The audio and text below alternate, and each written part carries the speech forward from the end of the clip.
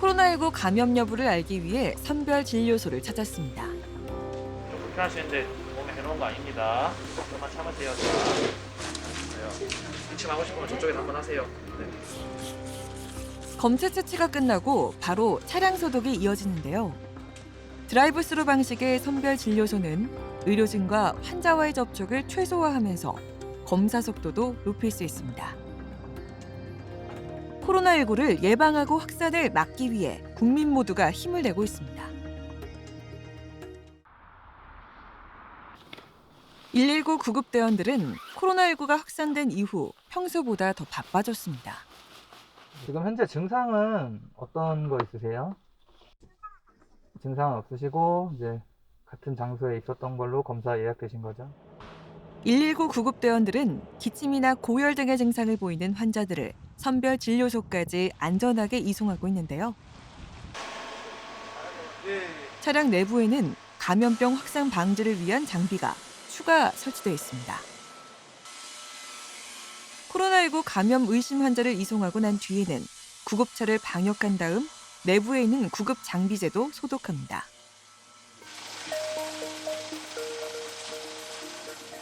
불특정 다수가 이용하고 있는 구급차는 빈틈없이 철저하게 소독해야 합니다. 소독을 마치고 나면 보호복과 사용물품을 한 곳에 모아 지정된 장소에 폐기하고 있습니다.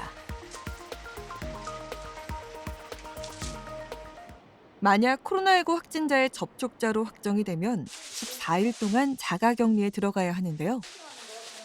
자가격리 기간 중에는 관계기관의 모니터링과 함께 생활물품을 지원받을 수 있습니다. 자가격리자분들을 위해서 첫째 날 폐기물 봉투와 손 소독제 그리고 이제 생활 안내문을 나눠드리고 있고 자가격리자분들이 필요하신 물품이 있을 경우 저희가 추가적으로 나눠드리고 있습니다. 코로나19가 지역사회에 확산되는 걸 막기 위해 긴급 구호 물품을 집 앞까지 배송해주고 있습니다.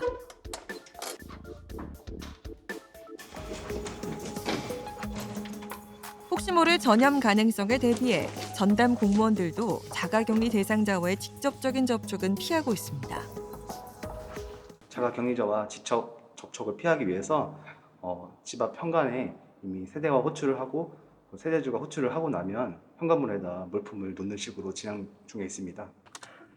전담 공무원은 하루에 2번 관리 대상자에게 연락해 격리 이행 여부나 증상을 확인하고 있습니다. 본거인 생활수칙도 꼭 잘 지켜주세요. 호흡기 증상이나 발열이 있을 경우 즉시 검사를 받을 수 있게 해야 합니다. 연락이 되지 않을 경우 경찰서를 통해 소재 파악에 나서는 등 지역사회 전파를 막기 위해 최선을 다하고 있습니다. 코로나19 검사 대상자는 사전 전화 상담을 통해 기초 역학조사를 받은 뒤 진료 예약일을 정합니다. 검사 당일에는 검사 대상자 혼자 직접 차를 운전해서 방문해야 하는데요.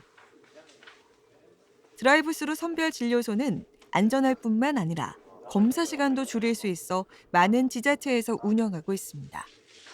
계속 환자가 발생하고 있고 또 접촉자들이 늘어나고 또 의심 증상을 또 이제 말씀하시는 분들 많기 때문에 계속해서 저희가 검사를 많이 진행하고 있습니다. 차에 탄 채 안전하게 검사를 받고 나면 차량 소독으로 마무리됩니다. 검사 결과는 내일 문자로 가실 거예요. 이 차는 아무도 안 타도록 해주시고요. 검사 결과도 다음 날이면 알 수 있고 문자 메시지로 전달받을 수 있습니다. 코로나19 검사 대상자로부터 채취한 검체는 신속하고 안전하게 실험실까지 전달되고 있습니다. 오염되거나 손상되지 않도록 냉장 보관된 검체들이 실험실까지 잘 전달되는 모습인데요. 검체를 전달받은 연구원들도 꼼꼼하게 서류를 검토한 뒤 곧바로 코로나19 감염 여부를 확인하기 위한 작업을 시작합니다. 선별진료소에서 검체를 채취해서 저희에게 의뢰를 하게 되면 저희는 이제 검체를 받는 즉시 바로 실험을 진행을 하고요.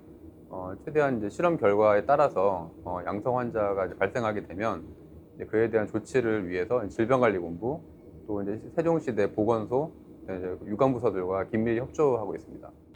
코로나19에 감염돼도 증상은 사람마다 다를 수 있는데요.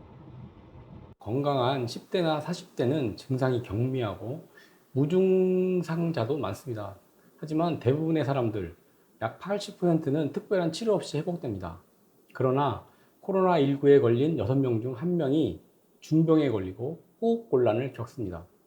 특히 고령자나 고혈압, 심장질환 또는 당뇨병 같은 기저질환이 있는 사람들은 종종 중증으로 진행될 가능성이 높습니다.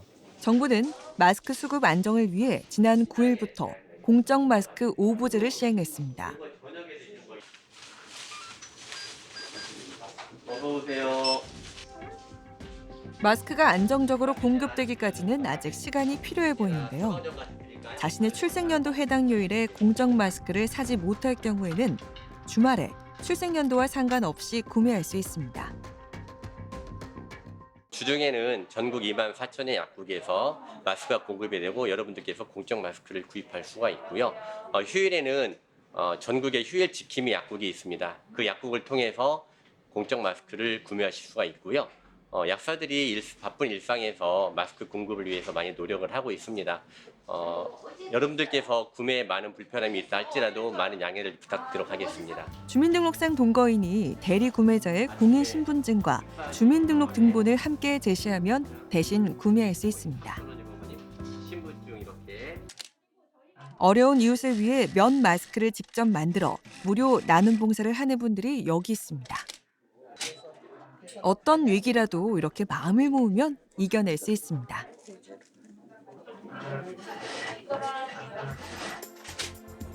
재사용이 가능한 면 마스크.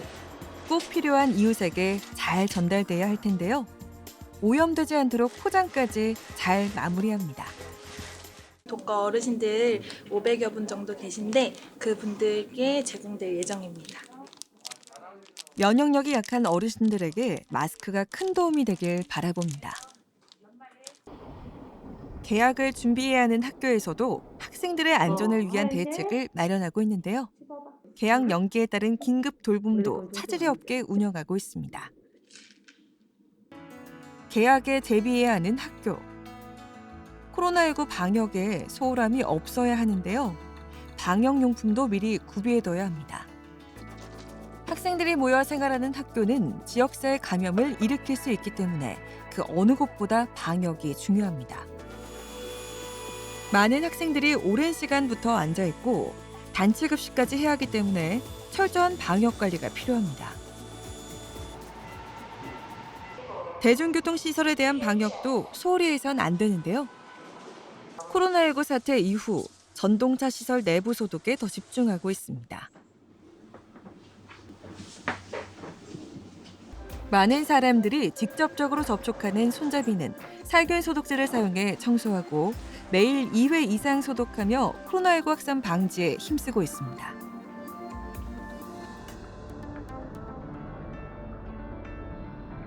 코로나19로 인한 시민들의 불안감을 해소하기 위해 도시교통공사에서도 집중 방역을 실시하고 있습니다.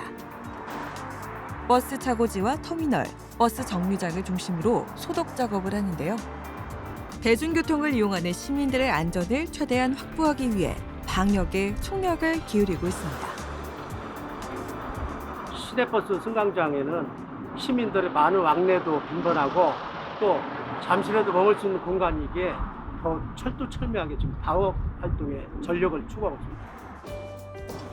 공공자전거를 운영하는 경우에는 대여소와 자전거 소독도 실시합니다.